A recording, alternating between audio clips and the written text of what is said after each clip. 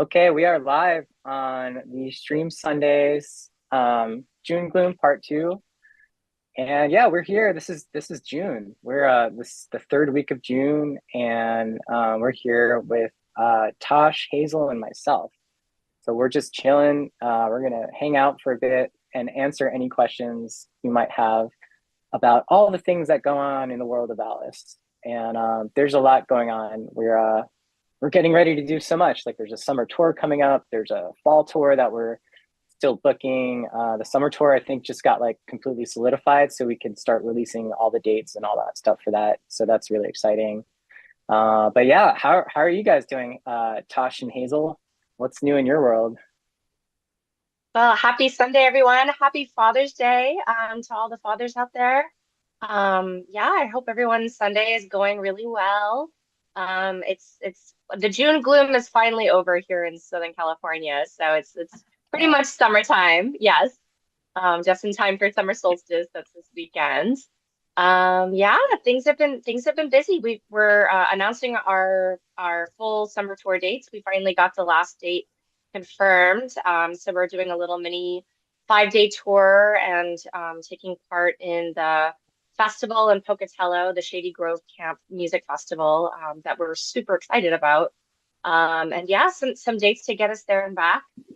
So yeah, I've been really busy with putting the tour together and really excited because we're going to be releasing a new single very soon. So yeah, Hmm.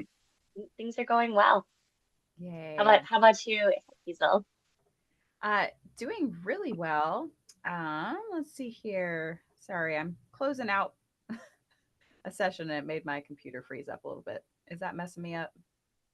I think you're all right. I Oh, think okay. yeah. Okay. You I just sound want to make good. I okay. Yeah, I think you're Uh, doing good. okay, it just closed. So yeah, it's really good. Happy Father's Day, everyone. It's really nice to be here. I'm really excited for the upcoming release and the summer tour. It's gonna be great. And of course, it's always awesome to come on here and hang out with friends. So So Congratulations lady, on your new single, yeah, Hazel. thanks. yeah. Thank you so Sounds so much. good. Yay, Yeah, thanks. for those who have not checked it out, it's on Spotify. It's on all the usual suspects. So Yeah. yeah, it was released on Friday, I think Friday. Friday. Mhm. Yes. Yeah. So yes, Yeah. Yes, and I have a little fun video I made. I'm gonna post that tomorrow. So nice. That's I think That's awesome. y'all will like awesome. it. I haven't showed it. Yeah. I gave Tosh a little sneak peek of the character I made, but it'll be Yes. fun. Yeah, I saw this cool little reel you made that was like morphed. You like began as like your regular self, but like you morphed into a creature. That was It's awesome. already on TikTok, so if you want a sneak Oh, peek, nice. Scott Yeah. knows where it's at. Okay. Oh, was that it? Okay. Sorry, I This gave is- it away. Oh yeah, I shit. posted on Sorry. TikTok and then Yeah. Yeah. because I wanted to post just the album art on the rest of the stuff. So, we're spreading it out. Yeah. Sneak peek. Dude, awesome. Well, cool. We had someone asking if they could send us some fan art, and I just posted our PO box in the YouTube chat. So anyone, feel free to send us some stuff. We've gotten all kinds of things in the mail. We received some hot sauce actually from one of our inner circle members that we're going to try out. It's this very special hot sauce, and that's from Oh, that's Dusty. awesome. So we're gonna try that out when everyone's together next time. I still haven't had the hot But, sauce though. oh, really? Oh, look, we're gonna have to We change that. Yes. Yeah. we ran out so Yes. fast. I think I was scared to open like the last bottle, and although I was eyeing it, I was eyeing it. Mm-hmm. Mm-hmm. We'll just have to change that We do next have time. to. Yes. Yes. Um, yeah, so we're getting asked about different cities, Chicago and also Milwaukee. I actually wanted so badly to fit that into our fall tour schedule. Unfortunately, with our fall dates, what the availability that we had for Chicago is the same weekend as Cold Waves Festival. We will unfortunately not make Chicago, but we will be making Des Moines. We're also going to be playing in Detroit. Really excited. We're going to be opening up for Urban Heat, Twin Tribes and Gallows for that show, and so that's going to be amazing. I am currently looking for a show in Ohio. I think probably like Columbus area. So if anybody has any suggestions for venues or bands or promoters, DJs to work with, I'm the person that puts all the tours together. So we only have a couple dates left in terms of what I need to book for the fall tour. But no Milwaukee and Chicago. I wanted so badly for both of those cities, but since we won't make it out this time, we will definitely make it out next time that we're in the Midwest region for sure. So yes, and to answer Daniel's asking about Philly. We aren't making Philly this time. I think we're going as far east. We're going more southeast because we're playing the Absolution Fest in Tampa, in Florida. So we're going to be doing like Charlotte, North Carolina. I think that's as far like northeast that we're going. I have to look at the dates, but we are playing Detroit, so I think that's the closest we're getting. But we are definitely overdue for Philly, so I'll promise that we will absolutely make it that way. And yes, we are to DC Stevens. We are playing Des Moines. We have the show booked. We're super excited to make it back. We're going to be playing what I think it's like September, I want to say 26th. I have to look at the dates. We're going to be announcing all of them. But yeah, that's definitely on deck. So yes. Yep, a lot of shows, and we're A lot of working on music shows. too. Yeah. Yes. Yeah. We're Um, in the final throes of the final mixing for the upcoming single, Me and You. And Nicole is or Hazel is putting together a beautiful lyric video. So yes, we're really, really excited to share that very shortly. Yeah, it's yeah, beautiful. Beautiful. It was so nice working on that because the song is gorgeous, and the just the energy it was giving me and the message. I'm really excited to put some art to it. So Yeah. yeah. For those that are joining us on the Inner Circle hang, in our Inner Circle, we do what's called tea time every month, where we all get together on Zoom and we just hang out and just chat with each other. And so we're doing it after this stream, but we'll be sharing the lyric video, I think, if that's okay with you, Hazel. oh yeah, Uh, I think that's great. you It know, needs a few I tweaks, think but that it's pretty much done. I mean, cool, cool. Yeah, minor things. Unless there's, and no, you guys it's let me really know cool. what else you want changed. It looks awesome to me. Yeah. Yay. Looks really awesome. Um, so we had a question in the YouTube chat from Zach, who's wondering. He's coming to our New Orleans experience, and he was wondering with the bronze level if he still can get a chance to jam with us in the park. And the answer is definitely yes. So anyone who's a part of it, when we do basically our acoustic performance, it's like a private acoustic performance. You're totally welcome to actually play with us too if you bring a guitar. Like we'll have some like percussion instruments and stuff, but yeah, more the merrier. Yeah, we really, really love having a chance to play things acoustically. It's always really a joy for us. So it'll be a treat for sure. And yeah, it's really we've done this before. It was really fun. We had somebody bring percussion and jammed along with us while we were playing AL1CE. So that's definitely part of the fun for sure. Yeah. And there are beautiful parks in New Orleans as well. So that's going to be awesome. Yeah. Yeah. I'm seeing I'm seeing a question about shows in North Carolina. We are playing the Milestone Club in Charlotte in the fall. Really excited about that. Milestone Club is I think it's now kind of like tradition. Like every time we come out there, we Yeah. have to play Milestone Club. So we are playing Charlotte. So hopefully you can make that out. We'd love to see you. Yay. And Yeah. I think it's close. It's like relatively close to Winston-Salem. I feel like maybe a few hours Mhm. away because I feel like there's some people that saw us in Winston-Salem that are coming out to the Milestone Club, just because it's like it's all in the same area. So we'll probably see some familiar faces there. Yeah. So exciting. I'm seeing some lovely friends on Instagram, and we're getting asked by Rock D107 what bands have influenced us. Um, Hazel, what are some bands that have that have influenced you? Absolutely. Oh my gosh, I forget sometimes, but I really love Coheed and Cambria, and I've been re-listening to them on my runs.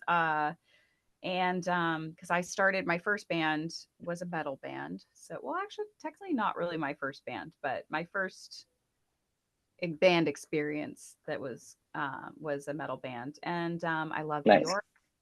Yeah, I love Ani DeFranco. And for classical, I know it's kind of the big one, but Maria Callas. Mm, yes, Very cool. all Mhm. amazingness for sure. How Yeah. about you, Scott? Yeah, no, that's a cool question. When I think about it in the context of my first band, like when I first started playing music with the band, the music that I was listening to at the time was everything from like we were actually covering a lot of songs of our favorite songs, and some of it was Metallica. We were covering Green Day songs, Bad Religion. We were learning Pearl Jam. Like, there's just so much music. Soundgarden, huge Soundgarden fan. Like, I freaking love Soundgarden. So like these are bands that were very formative for me when I first started playing in a band, and it was very influential in that sense. So yeah, I mean, I could list off a million more, but those were the big ones that I was like just like learning all the music that I possibly could. I learned a lot of Pink Floyd when I first started playing guitar. It's just like really guitar driven music, so I love it. But yeah, those are just some of them. How about you, Tosh? Um, Gosh, a lot of the stuff that you guys have said already. Love the Pink Floyd, Tool. The first time I saw a Tool concert was a few years back, and just my mind was completely blown. Like to see a band that could really take you on a journey, and Pink Floyd hit me the same way. I was thinking about Rammstein actually, like as a keyboard player. Yes. I loved learning how to program their like we did MKIO did a cover of Angel, and that was really really cool to learn. Like I'm like, how would I program this on the keyboard? So like I really love their grooves. Yeah, Massive Attack. That's another one that I really love. Mhm. Florence and the Machine. I really love Florence and the Machine and Imogen Heap as Mm. well. Yeah, Imogen Heap is incredible. I love that she is self-produced and is so creative. Yeah, just to name a few. I think we could like probably go on for hours about how Hours. much we Oh love man. music. We're definitely music Yeah. lovers here for sure. Yeah. Yeah. And that's just like Love that's it. this is just Overwhelming. half of us. Yeah, like like Gordon, our bass player, comes from a jazz background, and you can definitely hear it in the way that he comes up with his bass lines and his bass synth lines. It definitely has like kind of a jazz feel for it. So Yeah. yeah, yeah.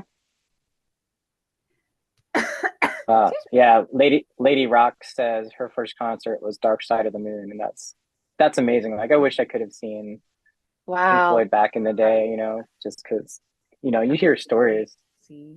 of their shows that they were like larger than anything. So that's amazing. yeah, that's cool. But yeah, Yeah. so for those that are here, feel free to ask any questions you want. We're just going to be hanging out, answering questions on all the various streams across the internet. Right now, we're on like Instagram, YouTube, Facebook, and Twitch. So, um, Yeah, oh, Triple on face. Tripwire's on Um, Twitch. Nice. oh, yay. Well, I'm seeing Joshua Gentry on Facebook. Just giving a shout out. We're doing well. How are you? Hopefully doing well also. Yeah. Oh, Zach Medlin is asking on YouTube, do we know music theory? Yes, that's actually so me and Hazel both come from a deep classical background, and that's just sort of like part of the deal. My piano teacher, she made sure from a very early age I got like really like heavy like ear training and music theory. And it's different between classical and jazz. Like I mentioned, Gordon comes from a jazz background. It's interesting because it's like you're playing around with a lot of different kinds of chords than you would like in classical. But yeah, we do definitely come from music theory background. Me personally, when I write, I try to throw all of that out of the window and not really think about it too much because I personally like to write from more of the heart than the head. But everyone's different. Like I feel like every artist that I've gotten to collaborate with, it's so interesting because some people don't have a grasp on music theory at all, and they just come up with the most amazing music. So yeah. That's true. I think that I view it as a tool just like anything else. Once you learn it, you can use it when you are fleshing out ideas. You can use it to fix things in ways, that you're like, I was hearing it this, but what can I do to make it, Mm, like, how do I modulate something? I need it to grow. I need it to be bigger. So, I really view learning all that as just a tool. I know some people are concerned that learning that would somehow like stunt their creativity, but mm, you can really choose to use it or not. I mean, we have free will, right? So even yeah. if you know all the music theory, you're not going to be like burdened by it if you don't let yourself be burdened by it. Yeah, I totally agree. My own experience with learning music theory, I learned enough to like relate it to the guitar. I think it's important to know, just like some basic fundamental things, and then you could just take it, and then you just sort of, at least for me, I just sort of mapped the theory to my fingers to the fretboard, and now like when I play, it's just like it all sort of connects and makes sense, and I don't have to think too much about like what's in what key, like if something's in one key and what notes to play, it's like you just sort of feel where the notes are, and the theory has helped sort of define that. So I recommend anyone who's like learning at the beginning to like learn some, at least, some basic stuff. I think it's really helpful. Yeah. But you don't need it. You still don't need it. Yeah, not really. It does help Yeah. with It def communication too. I was gonna say Hmm. that. Yeah, it definitely Yeah, helps if yeah. you're like, like when you're communicating with other musicians and you're like, okay, if you want to play the third here or sing on the fifth here or whatever, it's something that makes it a little bit easier and faster to communicate. Also, if you read music, like I in my other gigs that I do as a musician as well, like being able to read music really helps a lot. But again, not necessary. Like I've done gigs before where there was no like transcription and there was no music theory, and you just go and you play by ear, which is awesome. I love doing that as well. So I love that there's like something for everyone when it comes to music. So, and if you go into like someone was asking about the Chemical Brothers, if you go into like electronic music, that's a whole different beastie. Yeah. I Sampling. think it's Yeah. yeah, for So sure. cool. Oh I, yeah. uh, I I I watched the history of like how sampling started, at least when hip hop was just sort of burgeoning and coming out, in the early mid 80s, and how like the sampling scene, it was just like it was all sort of combined, and at the time, like, people thought even that was like sort of cheating. They're like, oh my, like they're just like sampling music and it's not Mhm. real music, that sort of thing. So that's a whole other interesting discussion. But That is um, very but interesting. yeah, it's like Yeah.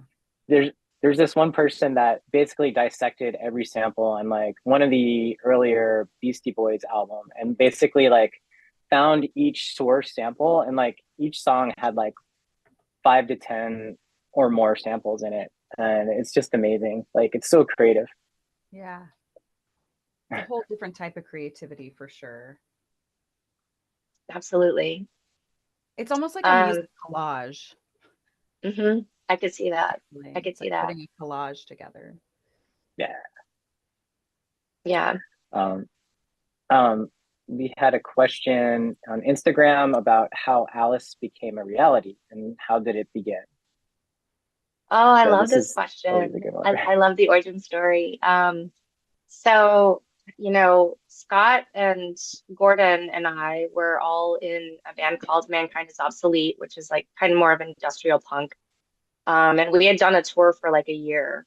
And in the beginning, like Alice, I think kind of started off as like weird riffs that we didn't quite know where to put. Like we'd come up with, interesting guitar riffs or piano riffs or synth riffs, and and it didn't quite fit into Mankind's Obsolete. And we came back from the year-long tour and just started jamming together. And we were like, okay, the music felt very progressive and kind of surreal. And one of the things that we really envisioned too is it having a theatrical element because we've always loved the theater. We all come from kind of like theater backgrounds. So we started with as just a three-piece. Gordon on bass, but he played like drums with his feet.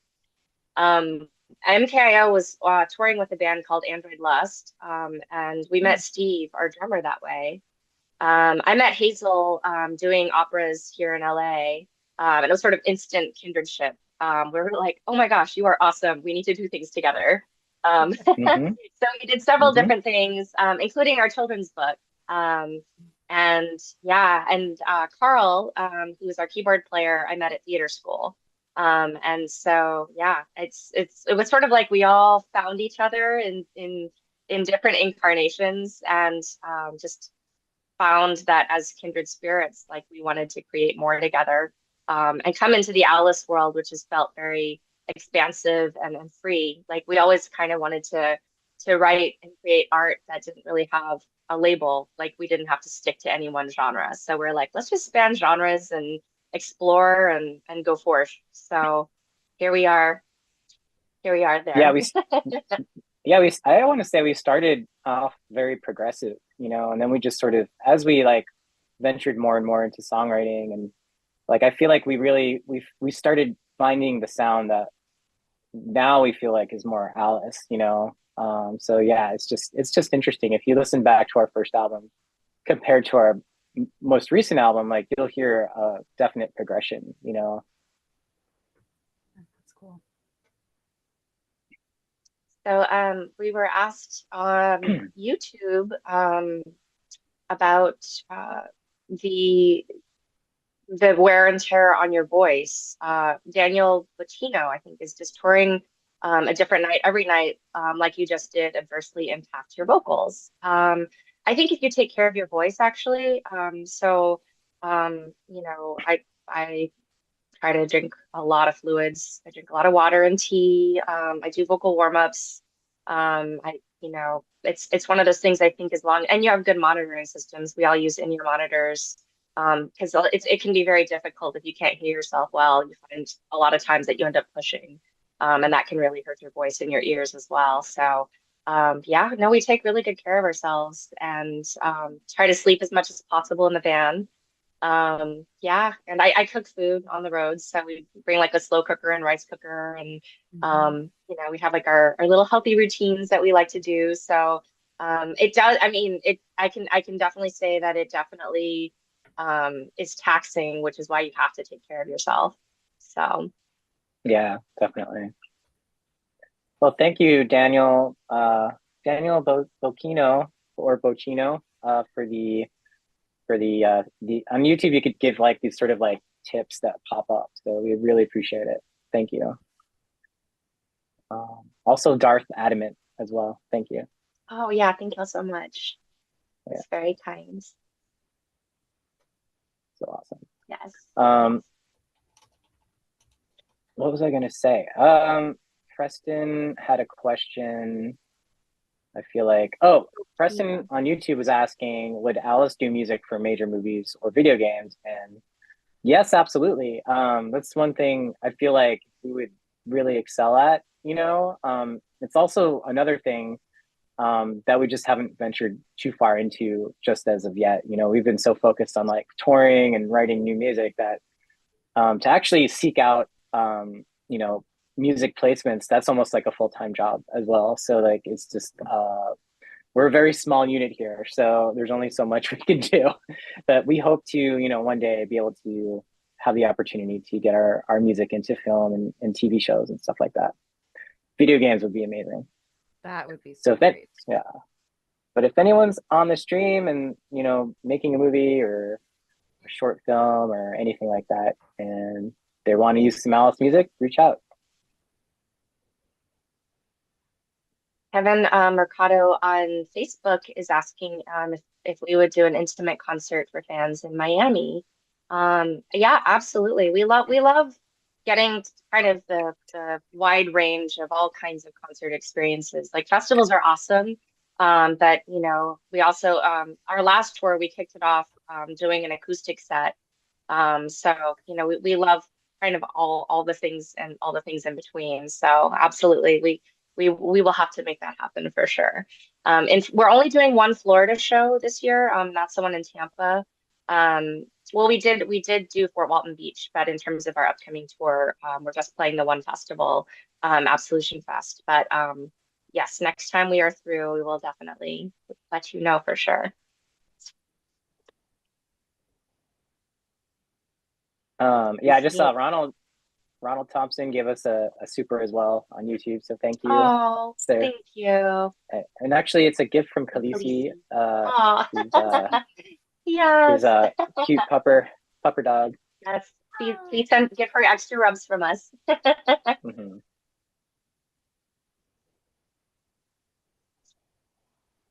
Oh, I'm seeing Amin Sora.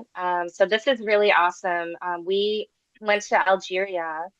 We had the opportunity through the U.S. State Department to, I guess, have a cultural exchange. And Amin was the incredible singer from a band called Dark Side. And we were really inspired from our experience there and inspired to actually create the song Breathe. Just really amazing vocals and percussion and everything when we got to play with the other musicians there. But yeah, so great to see you. I mean, we're sending you a lot of love and we miss you too. Um, Cameron Huff was asking if we do house concerts, and I definitely want to say yes. You know, we've done some interesting shows, you know, in our times of touring, but we would love to do more house concerts. You know, that's something that is always really fun, especially if it's like if somebody brings the band out, you know, and has us basically like at their house party. You know, you could make your own event out of it. You can invite all your family, your friends over, like, and it's awesome. You know, it's great for us too. You know, it's a good chance to just sort of like be in a more casual environment, but still play a show. So feel free to reach out if you want to do that. So on Instagram, the Cat Maze is saying Hazel has been so amazing with you guys. I'm sure you've been asked a lot. Have you talked about a permanent spot or having her on the next album? She seems to get along so well with you. Yes, she is. She is officially a member of Alice. Yes, yes. Yay! And just recorded vocals on our upcoming release. Brock D107 was also asking about our new release. So yes, there are many fun harmonies that we are playing around with on that one. Yeah, the harmonies are ridiculous. I just so good. I think I've been having trouble sleeping because they're like so haunting, you know, and they just loop in my head, and I'm like, I can't sleep. These voices, they're so good. Yeah, Looping, it's so awesome. It's really, really beautiful song. But for those hanging out on our inner circle tea time, which is right after this, we will be sharing the in progress song. It's one of the things we love to do for our inner circle, and it's definitely like a perk where we do share music that's not released. So if you want to hear it, just come join the inner circle and hang out with us after this.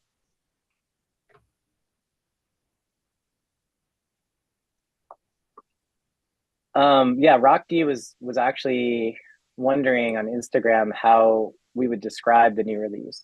But yeah, it's I think we've already sort of talked a little bit about it, but it's very it's like I want to say atmospheric, electronic, and very like vocal heavy, you know, so there's just a lot of lush harmonies happening, you know. It's you just got to hear it. I don't know. Yeah, I think you can definitely hear the choral influence from both me and Hazel. It's very, very choral influenced. So yeah, Yeah, I think it's sort of like it's electronic, but it also is it's hybrid because like Steve's drums are amazing in the yeah. and like he really killed it. So yeah, it's an amalgamation of many things. Yeah, Yeah. they sound really great. Ooh, Ronald has a good question, and this is good to know because um, I know he's going to be out in the New Orleans experience with us, which is a whole other thing we could talk about. But he's wondering what was the inspiration behind Moonbeams? Oh, Mm. So that song was influenced by a very painful separation. And separation can be many things. It can be with family, it can be with friends, it can be with a person that you're having a romantic relationship with. And it was my way of healing through that pain of the separation. And it was one of those songs that just sort of came out all at once. It was like piano, vocals, lyrics, all of it just came out. And it was a song Mm-hmm. that I played on repeat with myself because I needed it. And then I brought it to the band and I was like, okay, it's super piano-tastic. So let's see what we can do with this one. And the band did such an amazing job of putting together what felt like their spin on this particular song. So like every song that we've written, I always like to write it from a place of like, what is it that my heart really needs to express right now? So in Yeah. that particular chapter, it was something that needed to be expressed and healed. yeah.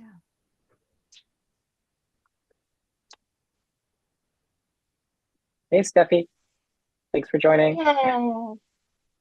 So Dwayne Um, on yeah. Facebook is asking if the music has taken a direction to suggest an album vibe, i.e. So Below, possibly even a concept album. Absolutely. So, the first half of the album that's coming out was As Above. And so we're diving into So Below and absolutely been playing around with a lot of themes on that. And then when we put it as a double album, it's can also be a vinyl.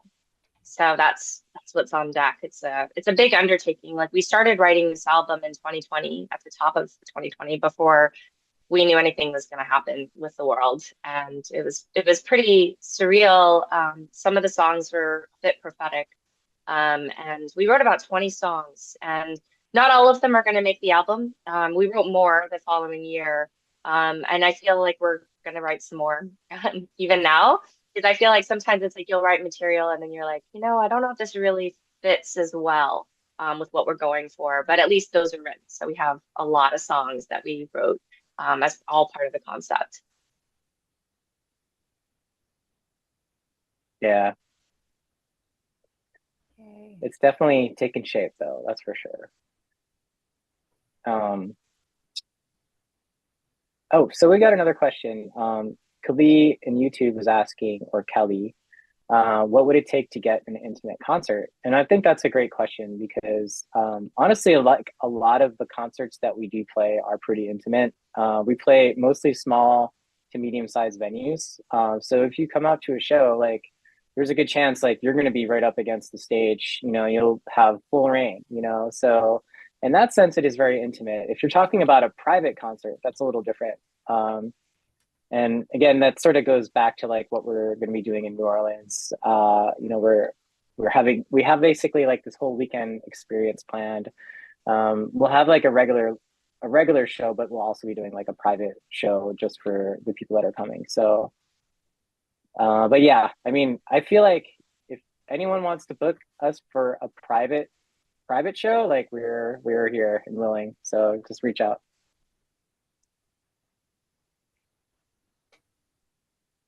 So we're getting asked by RockD107 on Instagram, what kind of deal would we need to sign with a label, or if it's not on the table? Such a great question. Yeah, so we are an indie band, and there's just so much that we've been able to do on our own. We tour on our own, we put out our own music on our own. Distribution is something that's just really accessible to all musicians these days. So it would have to be something that could help us, I guess, um, reach avenues that we wouldn't be able to do on our own. So touring abroad is something that I think we would love to be able to do. And that's a lot harder, from what I understand, if you are not on a label or have at least the connections to help with touring abroad. Because we've been asked by our friends in Europe and Asia as well, like, when are you coming out here? Also South America and Mexico. So we have, kind of a collection of different people that we would love to be able to bring our music to. That's one thing I think that, if a label could help with that sort of thing. But until then, I feel like we just have the ability to do so much, and we have the incredible support of our community. For folks like yourselves that are, so kind and generous and supportive. That's what makes what we do possible. And yeah, it's a privilege to be a part of this community. So yeah, I Sure. don't know. I think we would have to see, the ability for, an entity that also really cared about us as people and artists, and not just how much of a percentage can I take from your music. I think I would really want to see also a really strong roster of other artists. So I mean, I like being inspired by other people. So there's other labels out there that are really great to have amazing artists on their label. So yeah, kind of a multi-tiered, you know, thing to look at. Mhm. It's always a good question. hmm Yeah. All right. So what else? What other questions we've got going on here? Going through the YouTubes. If you're here, if you're just getting on, feel free to ask us any question. We're happy to answer. Again, we're going to be doing our tea time right after this. So we're excited to hang out with our tea time crew, our inner circle people. Let's see. Oh, Um, so on YouTube, Ronald Thompson is asking, the largest venue that you would play ideally. And Peter mentioned that I played the Hollywood Bowl. That did happen. I got to sing, in the choir backing Wynton Marsalis at the Hollywood Bowl, and that was absolutely incredible. He is such an incredible, artist and composer, and getting to sing his music was such a gift. And also hearing him play in the actual dome of the Hollywood Bowl was incredible. So that's bucket list. Like if Alice could ever, have that experience, that would be amazing. Any like yeah, bucket list venues that you I, guys would I, yeah. I mean, I don't know, Hazel. Anything that comes to mind for you? Bucket list? Ooh, that's so tough. I can't, I don't know. Like for Mhm. performances, I don't really have a bucket list venue. I'll have to think about that. Yeah. Yeah. I feel like the way that we've been thinking about our live show, that it lends itself to being seriously enormous. Like we do think, because we do come from like the influenced by like bands like Pink Floyd and Rammstein and stuff like that. It's like we actually envision like really huge, enormous stages and sets and like all kinds of stuff going on. So like this is what we dream about when we sit down and we're like thinking about like what kind of set we want to build just for like our normal tour. Mhm. Um, like we'll play, like I said, like small to medium sized venues, like and we still bring the idea of like having it like at least in our heads, like we imagine that it is just like the biggest show that you could ever see. So and once we have enough demand and enough fans, like we'll be playing those bigger places. So we're just getting ready for all that right now. Like we're just prepping for it. We're planning for it and we're building it right now. So one day we will be definitely playing some bigger venues. Yeah. I think maybe like a Super Bowl halftime show should do that. Yes, yes. Those are pretty I just rad. saw so I saw it floating around online. People were talking about like the ultimate Super Bowl show. And I hadn't Mhm. seen this, but Prince's performance at the Super Bowl. So I was like, I've got to see this. Like, so I just watched this yesterday. Oh my And gosh, wow. Oh really? wow. Yeah. Cool. Holy wow. Yeah. I Yeah, never it's got to good. see Prince live, but that of all like artists, someone was asking about influences, like what an incredible artist and visionary. Yeah. Yeah, for sure. Yeah. And is it true that artists don't take payment for that? I was reading about that, and I feel like they probably don't, but I'm sure they're There's some, endorsed by yeah, someone. There's some, I'm sure like they're not coming out of that poor. I don't know. They're like, I was just on the Super Bowl. yeah, If they wear like one item of clothing that's prominent, like they probably get paid $1 million from that clothing yeah. company. You know, it's like a walking, talking advertisement. Like the NFL doesn't need to pay them. They're getting paid from the sponsorships. Yeah. For sure. Amaya is asking if we would ever travel to schools. And as an educator, you were curious. Yes, actually. So one of the experiences we did as well through the U.S. State Department is we also traveled to Uzbekistan. And we did do workshops all in Algeria as well as Uzbekistan. We've also done workshops in the U.S. So we've traveled to different Native American reservations and I've done like workshops with teaching people like how to do heavier vocals because that was something I did a lot with MKIO. So yeah, that was something that we absolutely love to do. I myself also teach piano and vocals privately, and so it's something like I feel that brings me great joy. And Hazel also has like an educator background as well. So Mhm. yes. I am apparently not the best teacher, so I don't know. Is that If true? you want, I wouldn't recommend it. I'll try to like describe, I'll try to basically describe stuff that I really don't have the language to describe it because I don't have the, the academic background or whatever. So usually I'll just be like, yeah, just play the thing like this. And then it's sort of like that. And then you'll totally get it. And they're like, okay.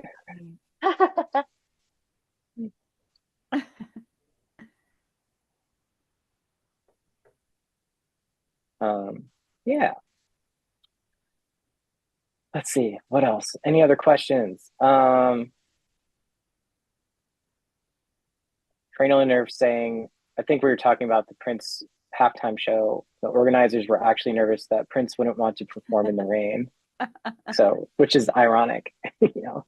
That was really It was funny. amazing. I was like that was Mother Nature just in line. Yeah. It was incredible to see it. Yeah. Yeah. I think it was like the set too was like, Purple Rain. So it was like, it was already sort of in the theme of rain.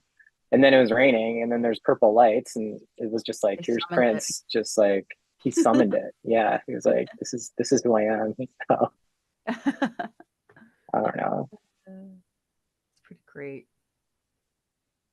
So Laura James is asking how the bands are chosen who play with us on tour. It really depends on the city because sometimes it's the promoter and or the venue that puts together the lineup. And so and in the case of the festival as well, it's the promoter. Communion After Dark is putting together the Absolution Fest that we're playing in Tampa. Same with the Pocatello, Idaho festival that we're playing. But on the occasions that those are not put together, it's me. In which case I do a lot of research. I'll go, I'll look into like the city, all the different venues in a city, and I'll look at what bands are actively playing. I'll check them all out, and also ask for recommendations. So if a person, a friend will tell me like, oh, you should check out this band when you're playing in this city.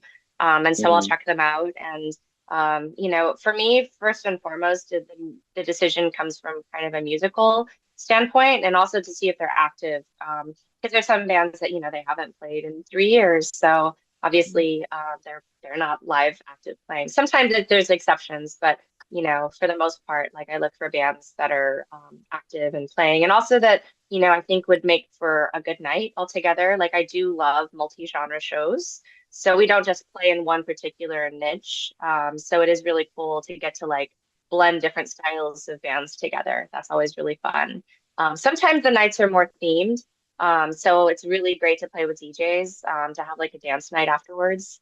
That's really fun. So, and then, bands that we're friends with that we've played with for a while, like, we tend to try to play together as often as possible because every time we hang out, it's just like a reunion of friends. So yeah, it really depends on the city, but I'm going to be actually putting together some lineups for the upcoming fall tour. So excited to do that. Yeah. And It's so part of good my at it. great. She's so Oh, good. thank you. It's something, it's really fun to get to discover new music and new artists and each city, like, you know, a lot of times there's different cultures too. Like, you know, some cities you'll hear like, oh, okay, you can really hear the influence of like a certain, you know, like certain genres that are really prevalent in the city. Like we played in Montreal one time and there was a lot of symphonic metal. It was like all the bands we played with were symphonic metal and it was so great.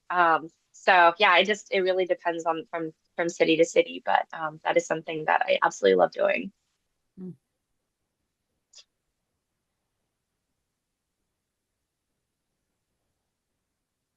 Yeah, And we're just getting quite. oh, Oh, oh, huh? sorry, go ahead. Oh, no, I was going to say, Sean Lammers was wondering on YouTube how to get more information about our New Orleans experience. But all you need to do is just email us. So contact at ilikealice.com and I'll send you all the details.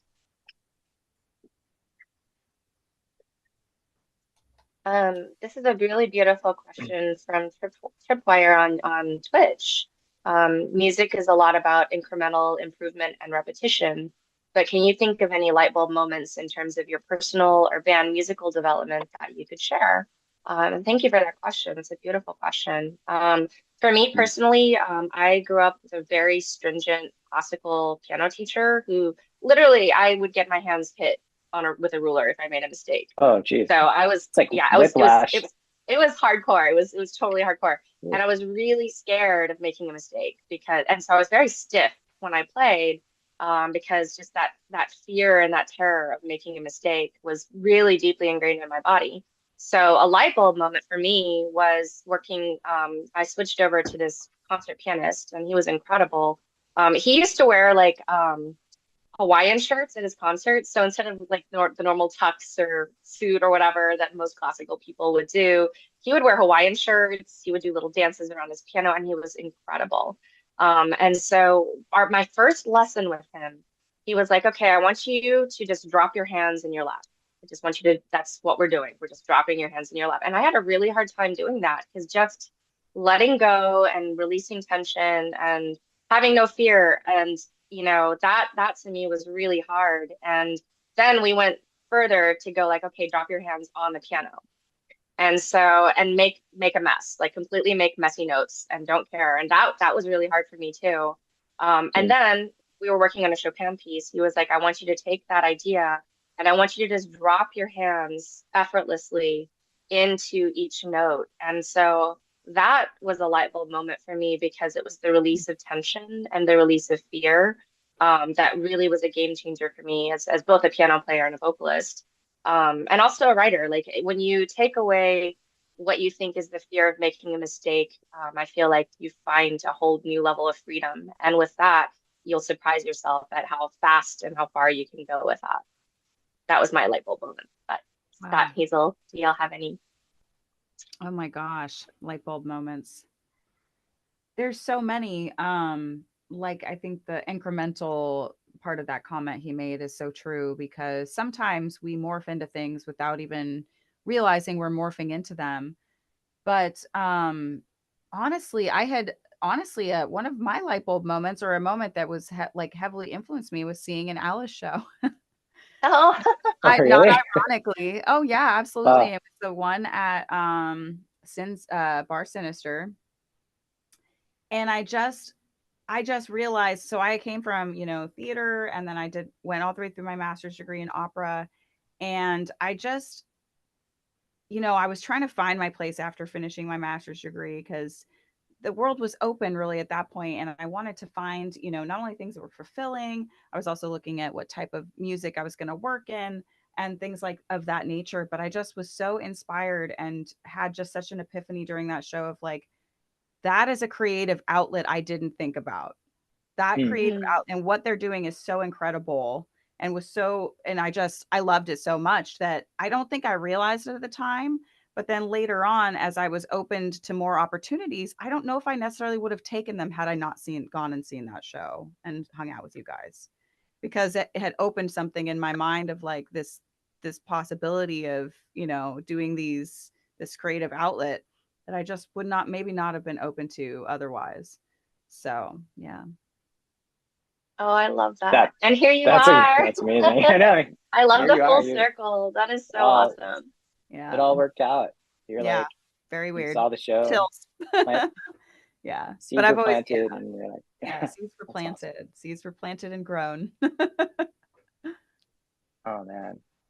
Yeah, in terms of like light bulb moments, in terms of my own personal or band musical development, I feel like um, there's like a ton I could talk about from a personal perspective, but as a band, um, for me, like no, like knowing that when you hit the road as a band, there's this special thing that's called tour tight that happens, and everyone who tours experiences this. Like after about two or three or four shows, sometimes, usually maybe two or three, um, you just sort of get into this routine of like everything has its place, and also the music just starts like thinking in a way that's just like you feel like it's part of your being, part of your blood. Like you don't have to think too much about the music, and then all this magical stuff happens, right? So like everyone who's playing is like, it's just it becomes super easy. There's not a lot of thought behind the music. It's just more feeling the music. You're just feeling the vibe, feeling the audience, and it becomes like a form of like telepathy or something, where you just have this unspoken communication with not only the band members but also the crowd. So it's just like that is a light bulb moment. Just in terms of personal development, I guess as a musician, yeah, I was like when I first taught myself how to play guitar, I just sort of did a lot of repetition, and I knew that if I were to just apply myself for an X amount of time, which was basically around 2 or 3 months, like playing 12 hours per day or so, it just everything started sinking in. So like after a few weeks to maybe 4 to 6 weeks of like just playing every single day, I was going through like this book of like guitar scales and practice routines to like, get that stuff under your fingers. It just started clicking, and it's hard to describe it. It's like when you also learning some of the theory too. So it's like, you're playing when you first start, you're playing all these notes and you're like, I don't know what I'm playing. It's all like these weird forms. But once you start learning a little bit of that theory, then you sort of know what you're playing. So it's like when those two things combine, like when the practice and the discipline combines and connects with that theory, it like opens up, it like blossoms, and then it's like a whole world of music available. So Yeah. yeah. That's amazing. And it's true. And I actually, Tosh, it's interesting. The story about the ruler and stuff in classical music. I had a parallel to that with my first classical teacher who made me cry a lot. But one of the things she did that was so brutal is she would come up behind me and she would like poke the back of my rib cage to get me to expand my breath more. But she was really like it hurt. Oh my gosh. And she would poke That's it not Oh, like cool. that to get me to oh, Jeez. like breathe deeper, right? And she almost like I feel like she was a little bit of a sadist because she would gosh. cackle, as she dug her fingers into my rib cage. Oh my God, dude. Oh, Yeah. I would see, just go out of those I, crying. Oh, and she wouldn't let me, oh, I didn't wasn't allowed to sing a single word the entire time I took lessons from her. And wow. it was almost a year because she was like, I had to hum and sing vowels, and I was not allowed to sing a What? single word. And I ended up quitting those lessons before I got to sing actual words with her. That sounds Oh like my traumatic. gosh. I'm so sorry. Yeah. Jeez. Yeah, she was an opera It teacher takes, at Stanford. wow. Oh Yeah. my gosh. It's so interesting. You'll have like experiences like that where it's like I feel like almost like the next teacher has to undo like the Yes. rigidity that Oh my happens, gosh. right? Yes. Yeah. Definitely. Yeah. You're Yeah. right. And even in college that also happened. I don't well, we can talk offline about some of the teachers that we've had in LA too. Yeah. To mention.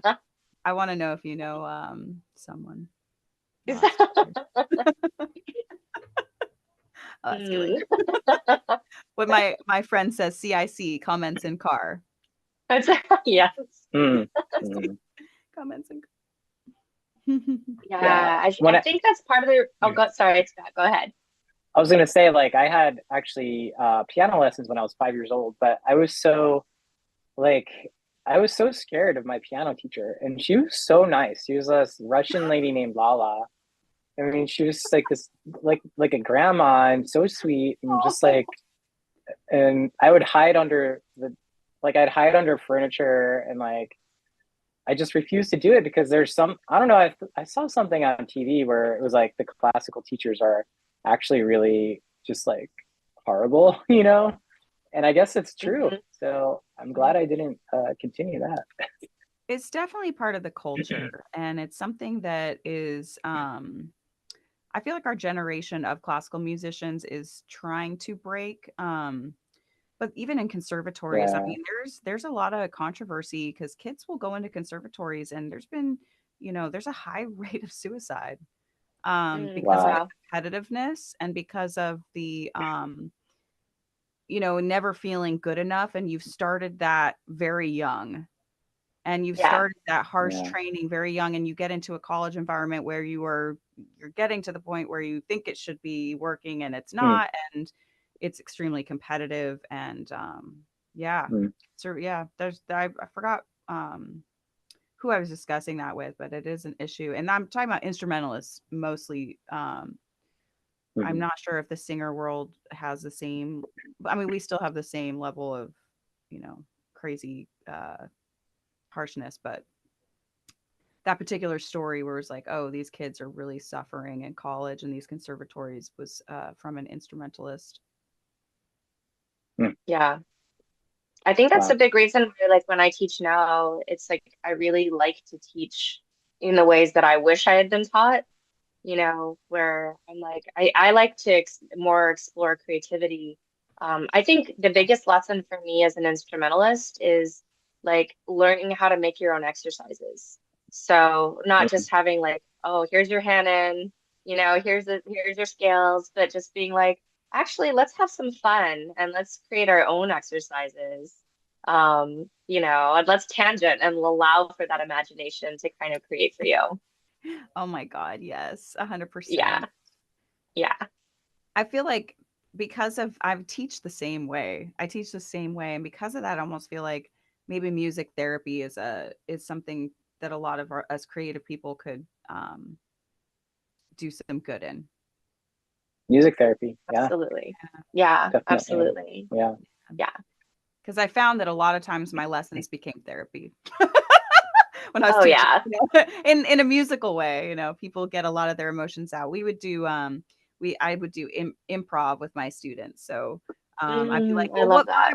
what vibe are we in today? And then I'd be like, so this is minor, this is major. What would you like me to Mhm. play? And I'm gonna let you sing. And I had a lot of special needs students too, and they just love it. Oh, they loved it. It was great. Oh, I love that. That's awesome. Yeah, it's good stuff. But that's yeah, It is. It we're is. taking a different path, and that's great. It's so magic when you actually find the right teachers and the ones that can just really open you up and it's such a gift to get to have those experiences. Like those are the teachers that have absolutely impacted my life, you Yeah. know? Yes. So, Yes. yeah. Absolutely. Mhm. Oh, Kevin Smith is asking about playlists with the bands that we're going on tour with. Yes, I am overdue for that. But I finishing up a playlist that has everything from our last spring tour, and it'll have everything as well from the summer tour and even fall tour. Still putting together a lineup for the fall tour, but at the very least, there's a blooming playlist that's happening from the spring tour that I'm really excited to share out Nice. because we've a lot of bands at Dark Forest Fest. So we're gonna have it'll be a pretty hefty list, but yeah, excited to share that out for sure.